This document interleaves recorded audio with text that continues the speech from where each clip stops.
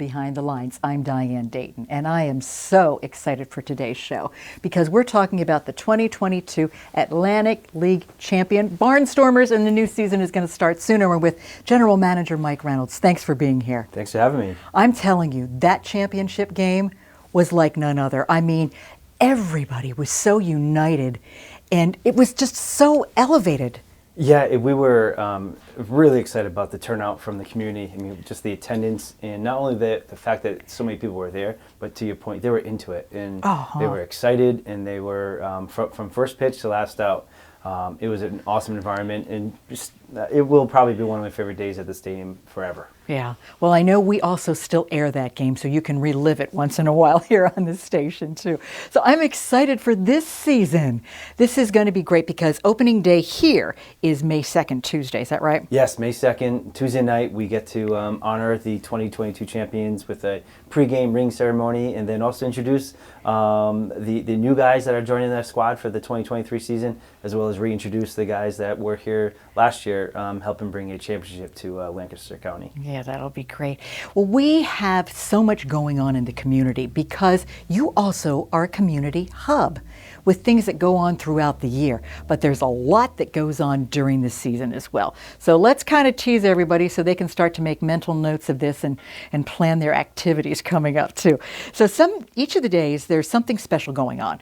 Now on Tuesdays, what are Tuesdays, Mike? Tuesdays are our Silver Stormers night. This will be our 4th year of having our Silver Stormer Club in attendance for that night. It is essentially individuals 55 and older, retired, not retired, but we have about 600 of them that get this package that is good for a ticket to every single Tuesday night game.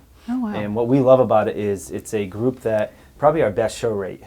They all get T-shirts, Silver Stormers T-shirts, and you can tell that they're there because they wear them every single Tuesday. Very passionate fans. They are engaged, and probably our best show rate for any ticket package that we have. They are there every single Tuesday. Wow, that's great.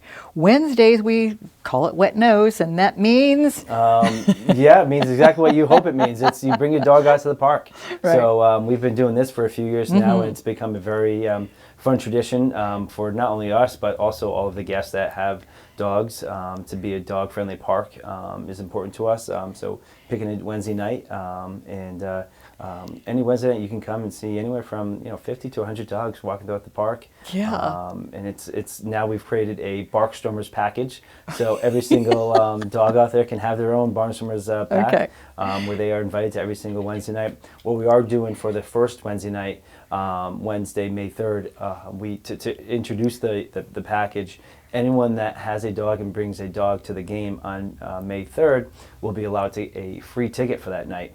It's a way for us to introduce the package as well as get some recognition to the sponsors that are involved with making this Barnstormers package happen. That's great. So the ballpark is also a dog park on Wednesday. So there you go. Yes, it is.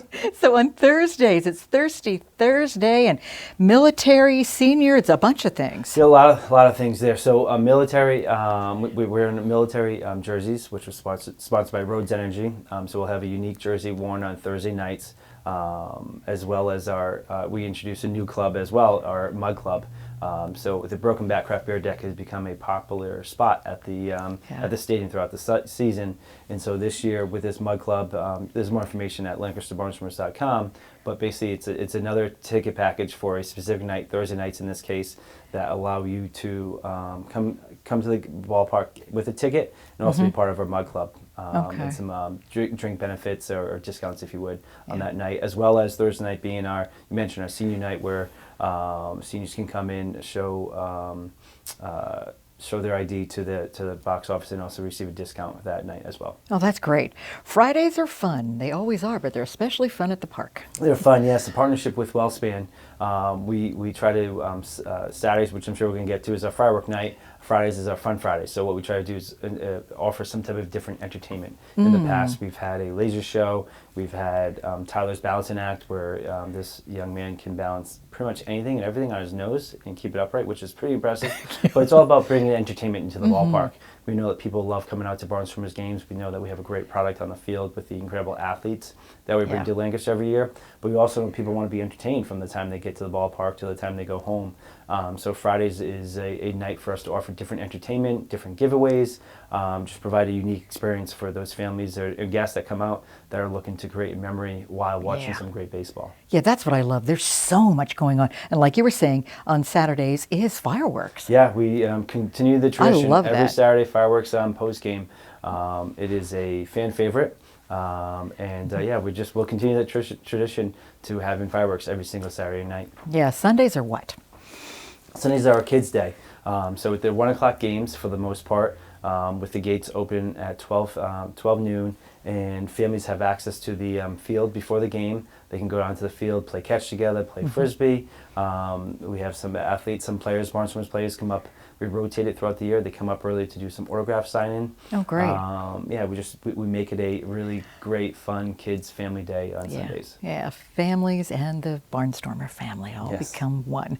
So this is the 19th year, the 18th season. I can't believe this. Yeah, it is pretty wild. I mean, this is going to be my 7th season with the team, which is a long time in the sports world. But the team has enjoyed a lot of ups, have had some growing years, but we're really excited and appreciative of where the team is these days as far as just the acceptance and the support from the community, whether it be individuals coming out to games, the business community, just organizations being part of the stadium, whether it be for Barnstormers games or non-game day events.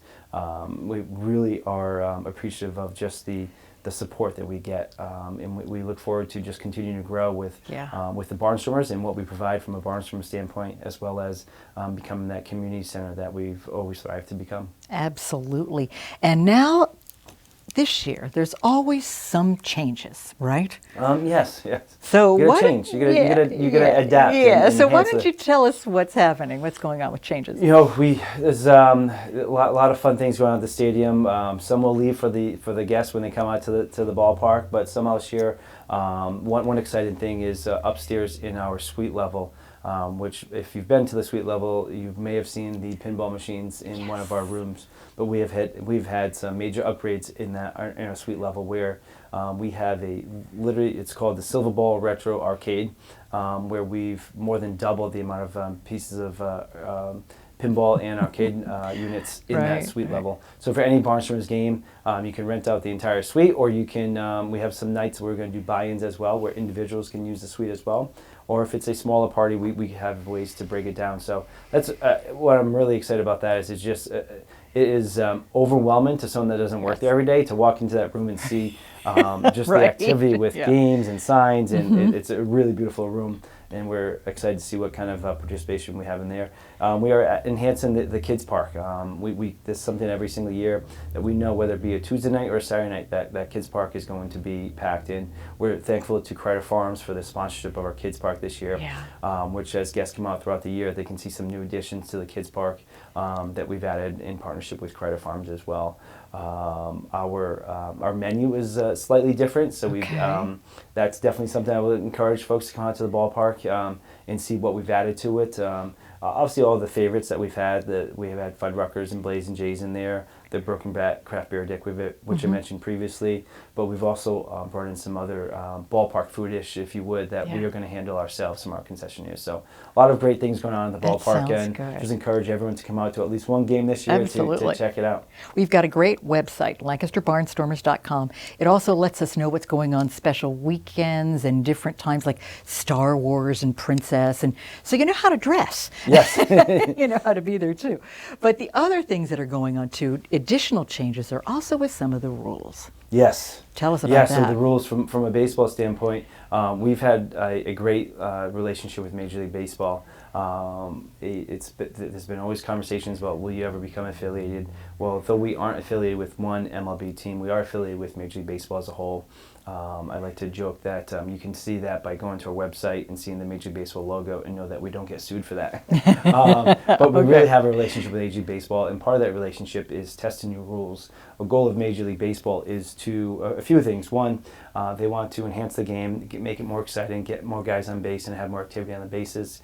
2, they want to shorten the game. The game of baseball, though there's a lot of there's a lot of excitement within the game. There can be some downtime, and sometimes the game can get rather long, if you would. Unlike any other sports that are timed, you don't know how long you're coming, right? And I think in today's day and age, people want to know what the set time is that they have. So to enhance the game, get more guys on base, get more runs scored. 2, to shorten the game to maybe an average of 2:45, 2 hours and 45 minutes would be a fair goal to get to. And then player safety with different rules that we have. One rule that speaks to player safety, as well as getting more guys on bases. The bases have been larger for the last few years. We went from 15 inches in diameter to 18 inches, which now, after testing it in the Atlantic League and with the Barnstormers right here in Lancaster, is now made it to the Major League Baseball level. And that allows a bigger base, allows for more space for players to touch the bases with their feet and less rolled ankles and such. So we've been testing these rules for a few years now. Some rules this year that will come into play. We're bringing the pitch clock, just like Major League Baseball has. So when there is no one on base, the pitcher will have 15 seconds to pitch the ball. When there's a runner on base, they'll have 20 seconds. The batter has 8 seconds to get themselves into the batter's box. The pitcher is only allowed 2 times to disengage with the mound before they no longer can disengage with the mound, and they have to pitch to the plate. That's a rule that speeds the game up, but also benefits the offensive team as well, because now if you know that the pitcher can't attempt to pick you off, maybe you get a bigger lead and maybe you're able to steal the base. So all these rules that we try for Major League Baseball, it's not meant to change the game as a whole. It's meant to have little changes to it to enhance the player's experience as well as the guest experience. Well, that's great. I appreciate your input, and boy, did we cover a lot. Thank you for being here, Mike, and I can't wait till the season starts. We're going to talk to the one and only Dave Collins coming up. Stay with us.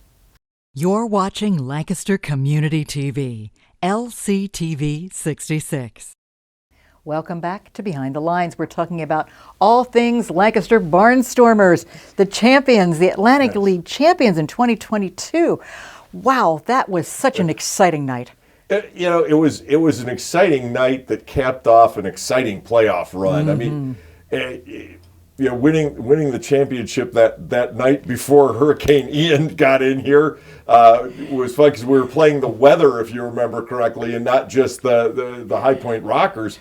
And that was great. But you actually have to go back to Game 2 of the semifinal series against Southern Maryland. They were already up 1-0 in a best of 5, and had us down 4-0 in the 7th inning, 7-3 going into the bottom of the 9th. With their ace coming in out of the bullpen, and Sandoval hits the game-tying 3-run homer, and Hoover hits the walk-off home run in the bottom of the 10th. And at that point, you really started to think, hey, this is a team of destiny. Yeah. And they were. Yeah. And they went on. They beat Darrell Thompson, the 3-time Atlantic League Pitcher of the Year, in Game 5, and beat him soundly. And then went on and swept the Rockers, and the 2 games at High Point were 2 of the best baseball games I've ever had the chance to call. They were absolutely remarkable games, well played, great timely hitting on the part of the Barnstormers, good pitching, and then we came back here and Oscar De La Cruz threw that gem in Game 3, and here we are talking about the defending champions. Absolutely. Well, Dave Collins, you are the voice of the Barnstormers. So what are we going to expect this season? What would you like to say? We have a lot of the guys back, especially the position players. The lineup is going to be reasonably the same that we would have seen at least at parts of last year. Now, Kelly Dugan is back, and he wasn't there for the championship run because he sustained a season-ending injury in July. But he was on record pace, home runs and runs batted in the first half. So now you add him back into the mix of a lot of the guys that won the championship last year, and the lineup looks like it's going to be really exciting. We do have to wait a couple of weeks to get Andretti Cordero in because he thought he was going to go to Mexico, and then it didn't work out at the last minute. Ross re-signed it, but now we have to wait to get his visa. So Andretti won't be around to start the season, but once he filters in, the top 5 or 6 in the Barnstormers batting order is going to be a force to be reckoned with. Wow. It's going to be tremendous. Pitching staff we have some familiar arms, but a lot of the pitching staff has been rebuilt. Okay. Wow. When you look at this, I asked you earlier what you would predict are going to be some of the more difficult teams to beat. But you really can't do that, you said, right? It's really hard, you just right? Never know. I mean, there are teams that are good year in and year out. You know that Long Island's going to be competitive. York has a new manager this year, Rick Forney, who's an old friend of mine from years and years ago. And Rick knows how to get it done in partner league baseball. He's been a winning manager in Winnipeg, Manitoba for years. He's from Maryland. He wanted to be closer to home. So I would anticipate that York will be a good club. Stan Clyburn always puts a good team in Southern Maryland. So the Frederick team, the new team in the league, again, they've got a manager who knows the ropes of knowing how to manage a team in the Atlantic League, and it looks like he's building a pretty good ball club. High Point's always good. Gastonia was tremendous last year. So it's really tough to tell until not only you see a team on the field to begin with, but what happens over the course of the season. The two best teams the Barnstormers have ever had to start the year were 2011 and 2016. Okay. And both those teams vanished because of signings with major league organizations and in some cases some injuries. And we got off the terrific starts those 2 years and faded. Now, 2011, we won the first half, made the playoffs, but really didn't have that much of a team left. In 2016, we lost our 2 starting pitchers from the first Saturday night at Southern Maryland. Both got signed by the time we got back home. Oh, wow. So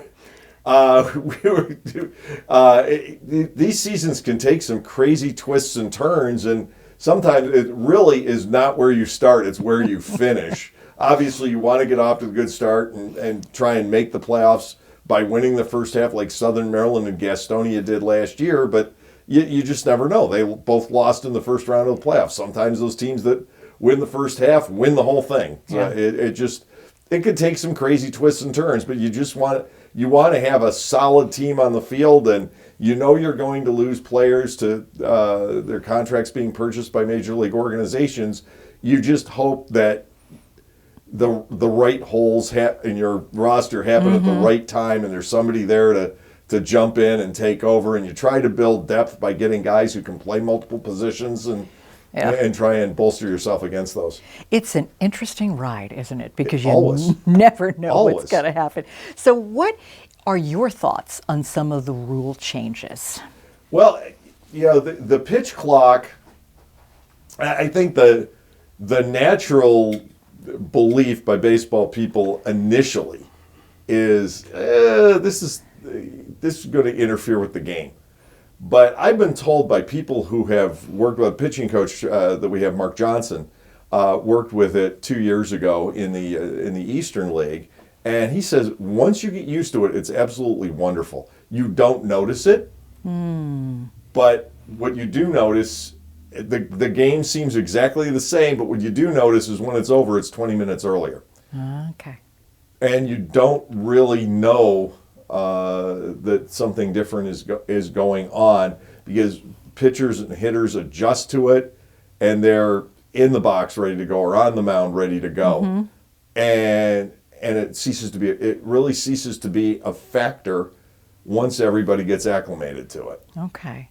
What about any of the other rules? I'll be interested to see how the designated pinch runner works. Exactly. I just know it's an extra line I have to put on the starting lineup when I give it out to the media and the managers exchange their starting lineups on a given day. It's an extra line I have to have in there. Is who is designated as the pinch runner for that night.